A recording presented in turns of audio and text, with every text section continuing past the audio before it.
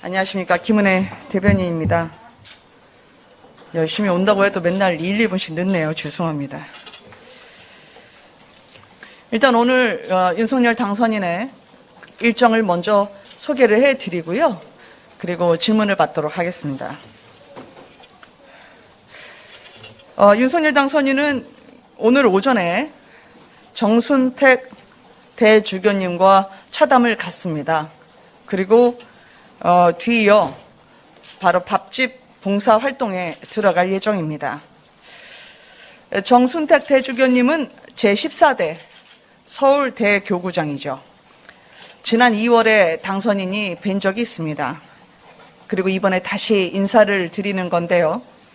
그때 선거 끝나고 명동 밥집을 다시 찾아가겠다 약속을 드렸습니다. 그리고 오늘 배식 봉사를 할 예정입니다. 아마 당선인이 찾아오겠다 라고 약속을 하고 지키는 것이 지난 남대문 그리고 울진 오늘이 세 번째일 것 같습니다. 그때 브리핑 때 약속 지키기 행보를 이어갈 것이다 라고 말씀을 드렸던 게 오늘 이 행사입니다. 이 코로나로 많은 무료 교실소가 문을 닫아야 했었습니다. 그런데 그 명동 밥집은 이 코로나 기간에 봉사를 시작했다고 들었습니다. 윤석열 당선인이 생각하는 국가의 역할도 사회적인 약자, 소외된 분들은 국가의 품 안에서 보살펴야 한다는 데에 있었음을 알려드립니다. 워낙 정 대주교님께서 당선 축하 메시지로 흩어진 모든 국민의 마음을 하나로 만들어달라는 말씀을 주셨고 이를 윤석열 당선인이 새기고 기억하고 있음을 또 말씀드립니다.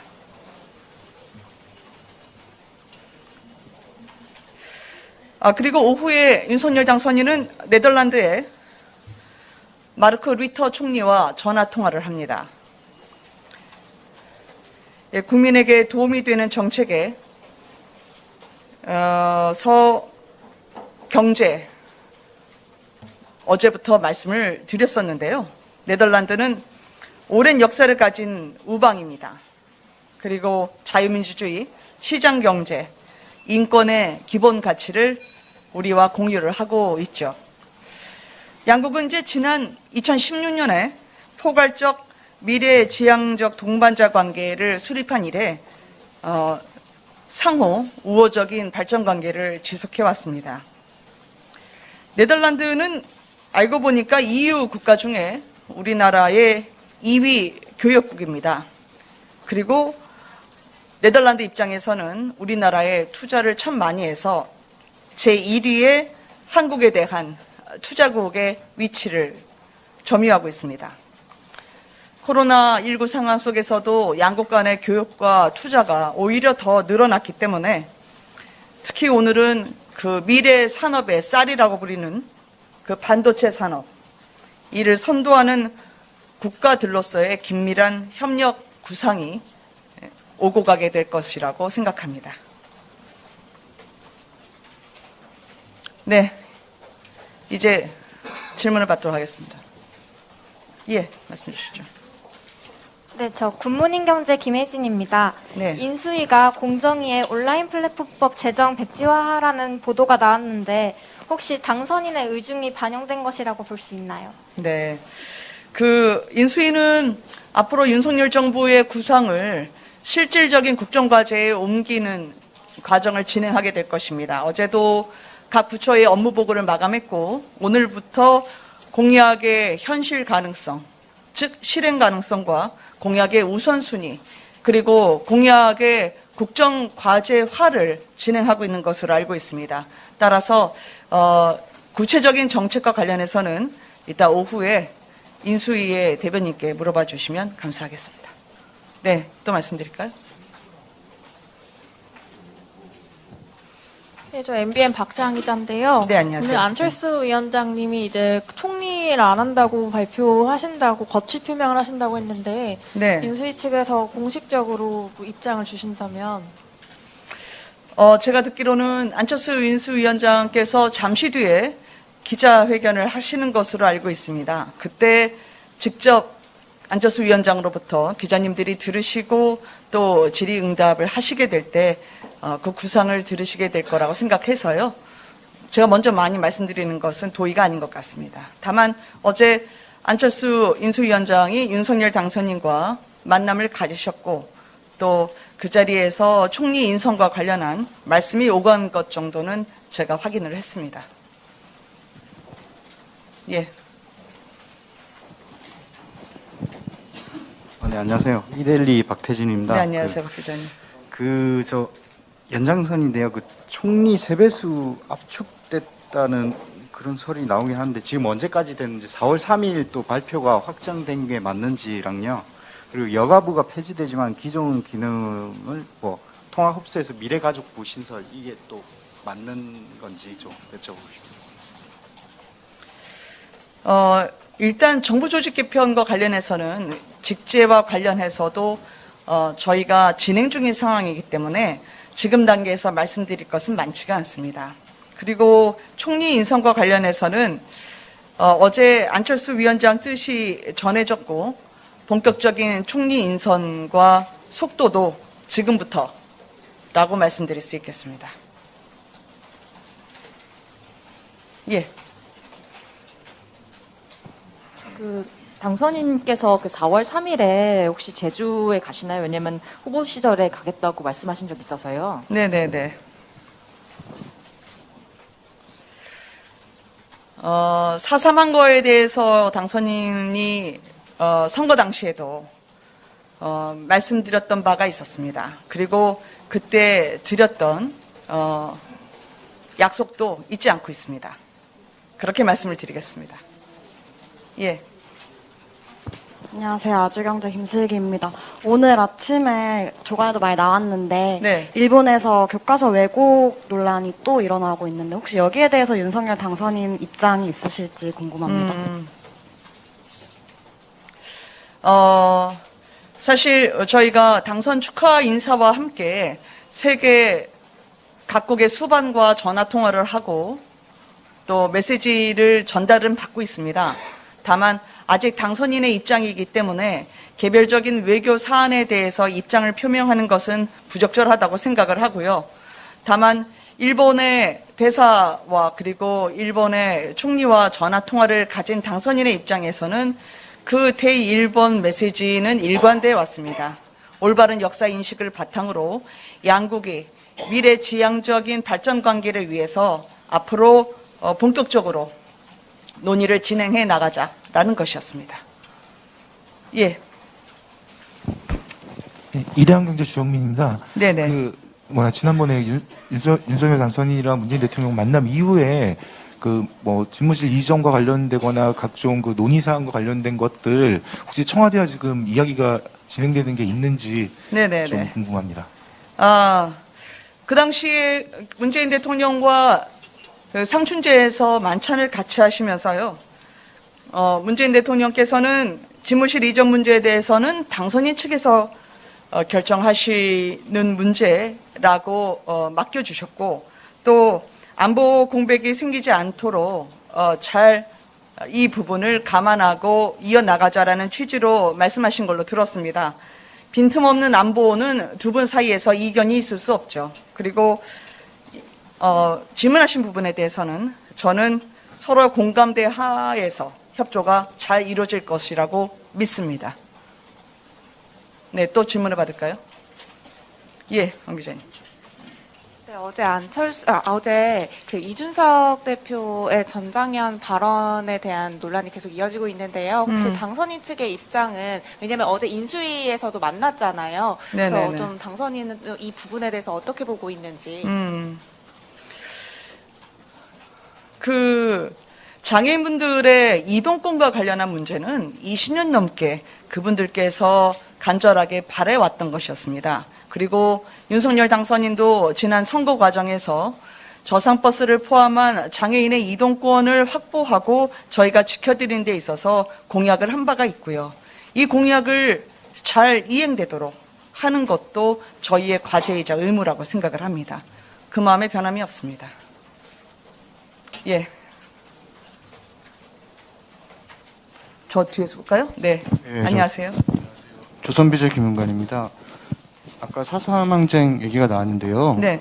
당선인님 그 지방행보 하시는 거에랑 연관돼서 좀 생각해 볼 수 있는 건지 궁금하고요. 네네. 박근혜 전 대통령 만나보실 생각이 있다고 한 것 같은데 그거 어떻게 진행되고 있는지 궁금합니다.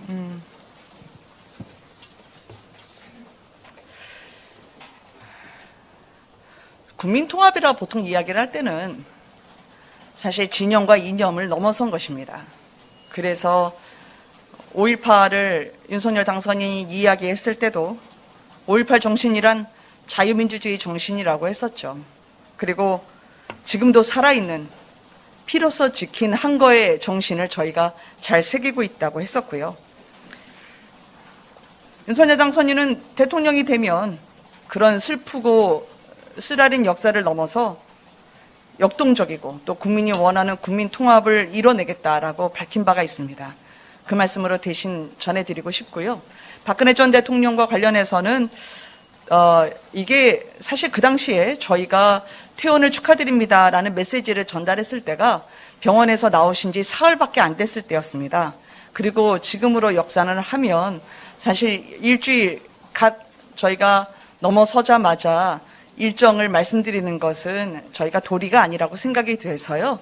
쾌유가 되실 때 그때 자연스럽게 계기가 마련되기를 바라고 있습니다. 예, 또 받겠습니다. 질문 고맙습니다. 네, 아시아투데이 이육재 기자입니다. 네. 저기 정부가 전날 그 전기요금 관련해가지고 조정 단가를 동결시켰는데 네네네. 당선인께서 이제 동결 공약을 예전에 하셨던 걸로 아는데 이제 뭐 앞으로도 그런 동결 기조가 계속 되는 건지 궁금합니다. 네네. 사실 우크라이나 사태를 계기로 해서도 많은 변화가 있었고 또 한전의 내부적인 논리도 있었습니다만 인수위에서 적절하게 이에 대한 답변을 해주실 것으로 알고 있습니다. 이 전기요금 문제는 국민께 상세하고 소상하게 말씀드려야 되는 우리의 민생이기도 합니다. 네. 예, 마이크 갖다 줄 수 있으실까요? 안녕하십니까. 세계일보 김병관입니다. 네. 어제 당선인께서 간사단 회의에서 협치를 네. 강조하셨는데 좀 특별한 이유가 있을지 여쭤보고 싶습니다. 어제 계승할 건 계승하자라는 그런 취지 말씀하시는 건가요? 네네. 네, 간사단 회의에서. 라고 알고 있는데요. 네네네.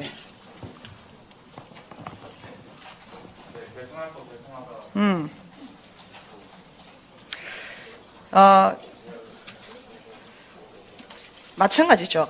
그러니까 저희가 그 당선인이 지향하는 것은 국민과 국익이 우선입니다.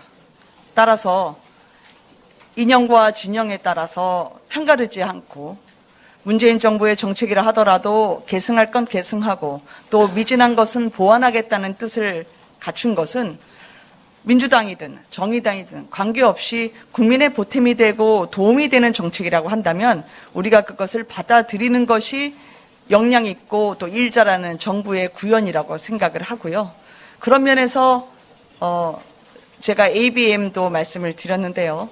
따로 저희 마음속에 경계를 두고 있지 않습니다. 그것이 국민을 위한 정책의 구현의 길이라고 생각을 하기 때문입니다. 일관돼 있습니다. 네. 예. 비슷한 맥락 질문인 것 같은데요. 네. 민주당 박홍근 부대표가 대선 공천공약 추진기구를 제안을 했거든요. 네네네. 당선인 뜻이 어떻게 되는지 좀 말씀해 주시죠. 네.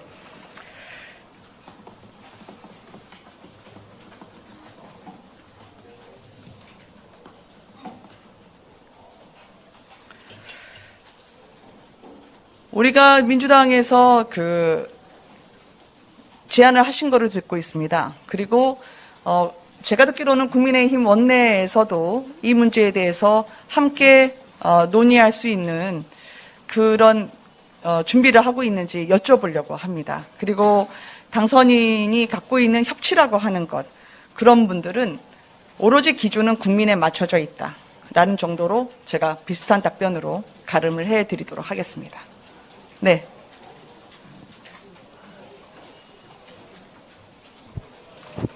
예, 안녕하세요. 아시아경제 네. 이기민 기자입니다. 네. 추경에 대한 얘기가 많이 나오는데요. 네. 이거의 규모가 어떻게 되고 언제쯤 준비가 되는지, 언제쯤 확정이 되는지가 좀 궁금하고 대략적인 시기라도 조금 알고 싶다는 국민분들이 많아서 이거에 대해서 여쭤봅니다. 추경과 관련해서는 사실은 제가 이곳에서 더 말씀드릴 수 있는 사안은 많지 않을 것 같습니다.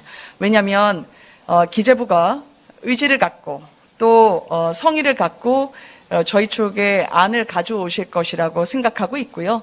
또 소상공인 자영업자분들의 그 삶을 더 힘들지 않게 하는 데에는 1분 1초도 허비가 돼서는 안 되기 때문입니다. 그래서 추경과 관련해서도 역시 인수위에서 논의 과정을 지켜봐 주시면 감사하겠습니다. 아까 그 협치와 관련해서는 이 말씀으로 하나 제가 드리고 싶습니다. 사실 윤석열 당선인에게는 지지하신 국민도 그리고 저희를 지지하시지 않는 국민도 다 저희에겐 소중한 국민입니다. 대한민국은 지역이나 계층이나 아니면 출신에 따라 나뉘어지지 않습니다.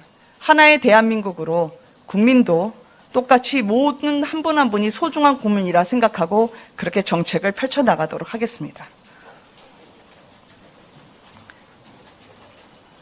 예. 한 분 정도만 받고 마무리해도 될 것 같습니다. 네, 간단한 질문인데 헤럴드 경제 이세진입니다. 네. 당선인 오전 그 정순택 주교 일정은 몇 시 일정이고 네. 그 메시지 언제 나올지. 그거는요. 저희가 방송 중계가 끝나면 그때 말씀을 드리도록 하겠습니다. 마지막으로 송 기자님. 네. 네, 중앙일보 성지연입니다. 네. 밥집 봉사활동 당선인께서 하시는데 그 과거 후보 시절에 김건희 여사께서도 봉사활동을 통해서 이제 대중들한테 좀 접근을 하겠다라는 보도들이 많이 나왔었는데요. 네네. 혹시 오늘 함께 하실 계획이 있으신지 아니라면은 언제쯤 좀 공식 공개석상에서 같이 나오실지 궁금합니다. 오늘은 일단 윤석열 당선인이 하시는 걸로 알고 있고요. 그리고 지난번에 취임식 준비위원회 때 아마 그때는 본격적으로 윤석열 정부가 시작하면서 국민께 공식적인 인사를 드리는 자리이기 때문에 그때 나오실 수 있는 가능성도 타진하고 있다고 제가 들었습니다. 그렇게 말씀을 드리면 좋을 것 같습니다. 예, 마지막으로. 네, 기자님.